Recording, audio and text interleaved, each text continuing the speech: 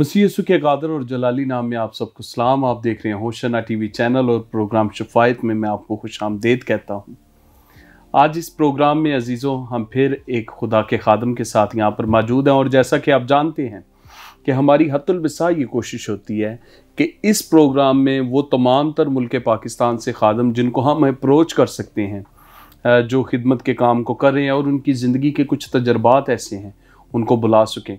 आज का programme specially हम इसमें डिस्कस करने वाले हैं पाम संडे को, कि पाम संडे के हवाले से क्या कुछ हमें इल्म इलाही की रूह से सीखने की ज़रूरत है। तो मेरे महान खादम यहाँ पर मौजूद हैं, पास्टर नासिर यकूब साहब। सर, मैं आपको खुशामदीद कहता हूँ यहाँ पर, और बड़ा अच्छा लगा कि आप हमारे यहाँ पर मौजूद हैं। नाज़रीन, मैं आपको बताता चला जाऊँ कि पास साहब डोमिनेट इंटरनेशनल असम्बली के चेयरमैन भी हैं, दी बाइबल चर्च के इंचार्ज पास्टर भी हैं, और ना सिर्फ ये खुद खिदमत में हैं बल्कि इनके 3 बेटे जो हैं वो खुदावंद की खिदमत में आ चुके हैं। और शुक्रगुजारी की बात यह है कि लाहौर बाइबल इंस्टीट्यूट से इन्होंने आज से अरसा 20 साल पहले सेमिनरी की, और फिर इनके आगे 3 बेटों ने भी यहीं से तालीम पाई और यहीं से वो अपनी तालीम को मुकम्मल करके गए। और हाल ही में असील की ग्रेजुएशन पे आप आए हुए थे। तो पास साहब, इससे पहले कि आगे हम बढ़े, आप शेयर करेंगे कि कैसा आपको लगा LBI एक अदारा आपकी जनरेशन में चलना शुरू हो गया? जी बर साहब, बहुत खुशी मुझे आपके इन अल्फाज जो आप मेरे लिए, मेरी औलाद के लिए इस्तेमाल कर रहे थे, मुझे बहुत खुशी हुई। सो खुदावंद आपको बहुत ज़्यादा बरकत दे। सो नाजरीन, मैं आप सबको ये बताना चाहता हूँ कि सन 2002 में मैं LBI में आया, और LBI से 2005 को मैं यहाँ से ग्रेजुएट हुआ। मैंने अपनी खिदमत को शाहकोट से शुरू किया, जो फैसलाबाद के करीब है, और फिर गुजरनाला में चला गया, और सबसे बड़ा बेटा भी इसी ही इदारा LBI से ग्रेजुएट हुआ। और अब हाल ही में इसी साल दूसरे मंथ की 23 तारीख को मेरा बेटा असील नासिर यहाँ से ग्रेजुएट हुआ। सो खुदावंद का शुक्र है कि उसने हमें चर्च दिए हैं, और हमारे पास 2 चर्च हैं जिनमें खुदावंद की खिदमत को सर अंजाम दे रहे हैं। और मेरे लिए बड़े फ़ख्र की बात है और बड़ी खुशी की बात भी है कि आज मैं खुदा के असीम खादिम पादरी ज़ीशान साहिब जो यहाँ से ही ग्रेजुएट हुए, सो आज हम फिर इस प्रोग्राम में मौजूद हैं। सो खुदावंद का शुक्र हो, और खुदावंद का शुक्र है कि ये खिदमत जारी और सारी है।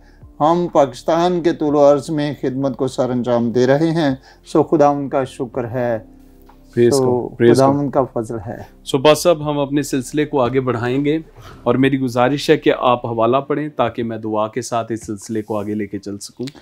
मुकद्दस मरकज़ रसूल की मार्फत लिखी गई यीशु मसीह की अंजील मुकद्दस और उसका 11वां बाब और पहली आयत से लेकर हम 10वीं आयत मुबारक तक तलावत करेंगे। मैं उम्मीद करता हूँ कि नाजरीन बड़े ध्यान और गौर से सुनेंगे। जब वो यरूशलेम के नज़दीक जैतून के पहाड़ पर बैतफगे और बैतनिया के पास आए, तो उसने अपने शागिर्दों में से 2 को भेजा और उनसे कहा कि अपने सामने के गांव में जाओ, और उसमें दाखिल होते ही एक गधी का बच्चा बांधा हुआ तुम्हें मिलेगा, जिस पर कोई आदमी अब तक सवार नहीं हुआ। उसे खोल लाओ, और अगर कोई तुमसे कहे कि तुम ये क्या करते हो, तो कहना कि खुदावंद को इसकी ज़रूरत है, वो फ़ियल फ़ौर उसे जहाँ भेज देगा।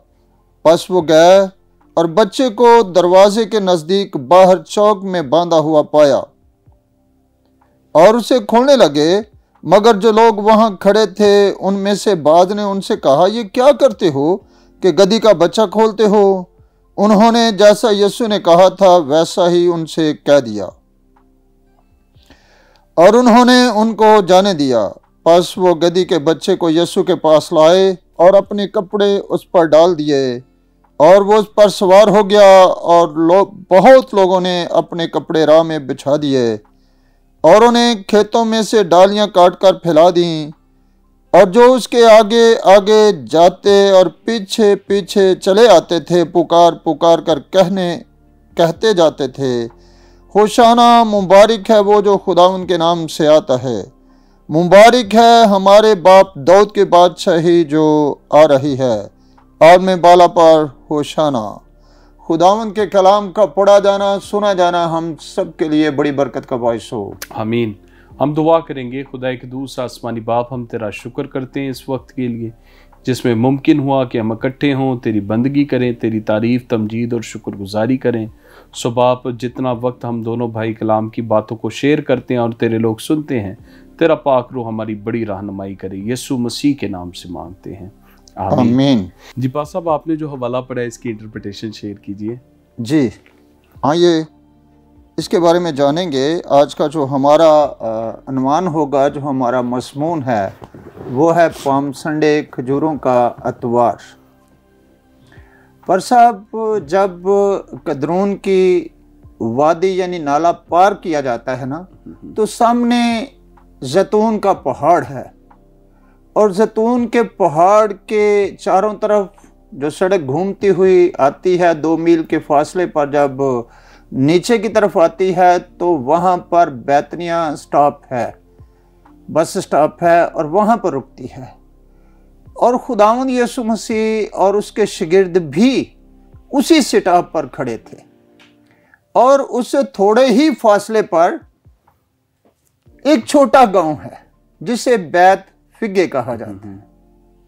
और खुदावंद यीशु मसीह ने अपने 2 शागिर्दों को बैतनिया से बैत फिगे में भेजा। और जो बैतनिया है, असल इसका नाम जो है वो नेहमिया की किताब उसके 3 बाब की पहली आयत से लेकर 11वीं आयत तक जब हम तलावत करते हैं तो वहाँ एक बिन्यामीनी कबीले का शख्स था जिसका नाम अननिया था और उसके नाम से ही इसका नाम फिर बैतनिया पड़ गया। और ये बैतनिया का जो मौजूदा नाम है वो है अल अजरिया। ठीक ठीक।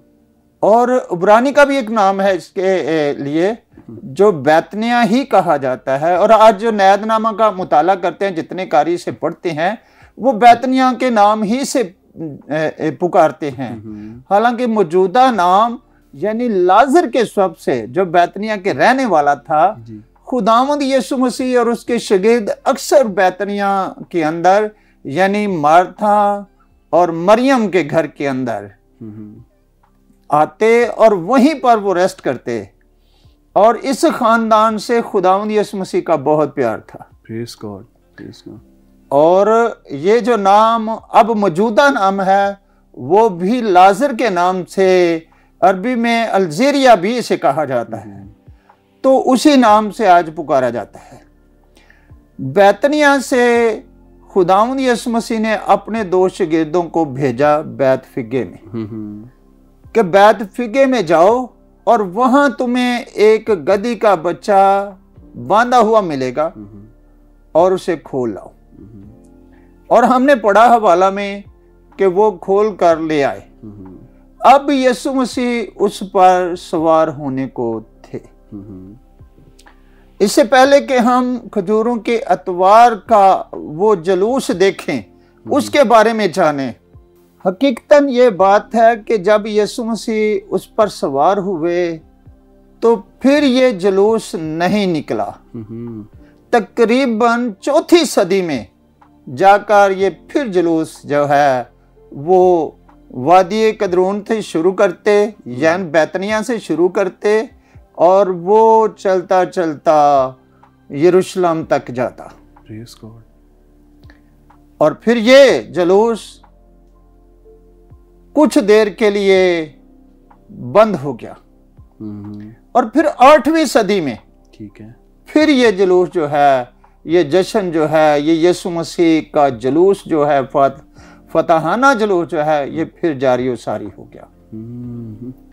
1008 के अंदर जब सलीबी जंगें हुई तो एक खलीफा ने इस जुलूस को बंद कर दिया और काफी देर तक ये फिर जुलूस बंद रहा। और उसके बाद ये जुलूस तकरीबन 1345 के अंदर फ्रांसिस्कन रहबान जो थे उन्होंने इसे जारी व सारी किया। और फिर ये जुलूस बैतफगे से चलता और मुकद्दसा मां मरियम की जो मदर थी उनका गिरजा जो बना है, उनका जो चर्च बना है, यानी हन्ना के चर्च तक आता था। और उसके साथ साथ फिर ये जुलूस आज तक फ्रांसिस्कन रहबान जो हैं उन्हीं की क़यादत में आज तक जारी और सारी है।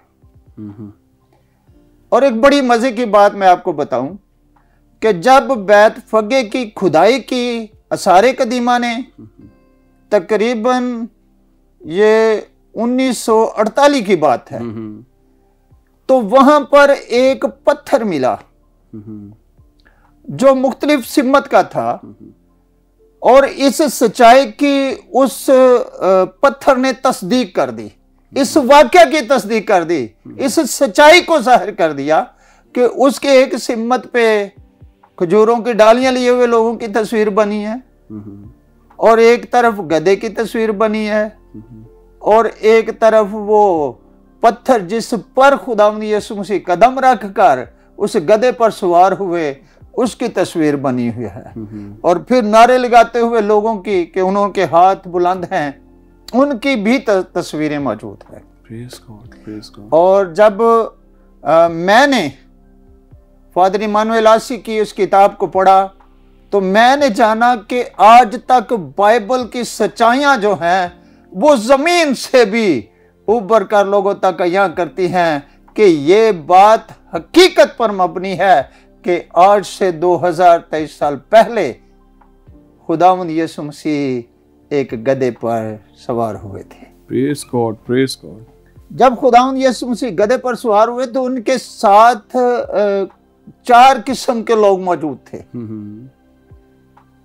उनके मुख्तलिफ अपने अपने रवैये सामने जाहिर होते हैं। ठीक है कि एक तो यीशु मसीह के शागिर्द थे जो खुदावंद यीशु मसीह की इस बादशाही का ऐलान सुन रहे थे और खुशी मना रहे थे, और दूसरे यीशु मसीह के फॉलोअर जो ऐलान कर रहे थे होशाना मुबारक है वो जो खुदावंद के नाम से आता है, और तीसरे वो लोग थे जो रोक रहे थे कि ऐसे नारे ना लगाओ, क्यों ऐसे नारे लगाते हो, रोकने वाले भी लोग थे। ठीक है।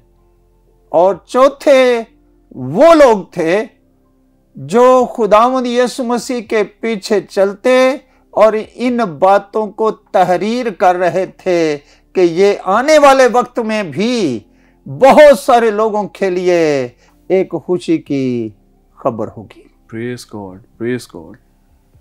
पर से मजे की ये बात है कि हम सबके लिए सीखने वाली बात है कि आज जो हमारे मसीही हैं, आज जो हमारे कलीसियाएं हैं, हम अगर थोड़ी सी नजर दौड़ाएं तो हमारी कलीसियों के अंदर आज भी ये रवैये पाए जाते हैं।